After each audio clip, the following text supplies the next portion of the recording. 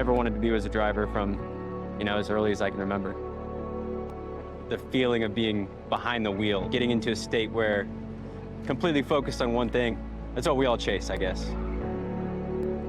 The idea for TrackTune came from a time when I was at a race in Indianapolis in the grandstands, and at the same time my dad was at home watching on TV. When we were talking about the race, I realized that he had seen so much more detail than me, and he was talking about the guy who got a flat on lap 90 and the guy who had an emergency pit stop.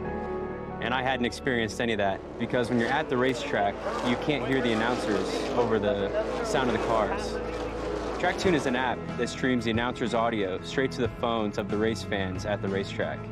In most cases, there's a lot more going on the racetrack than is apparent, maybe to a casual fan. And TrackTune can have the announcer give you that added context that's going to make the race so much more exciting to watch by understanding all the nuance and the intricacies of what's playing out on the track.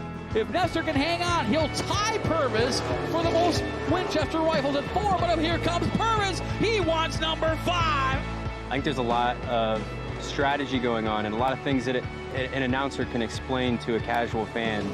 Starting to bow in more when he heads the corner, that 37 degrees of banking, pushing it on the rubber.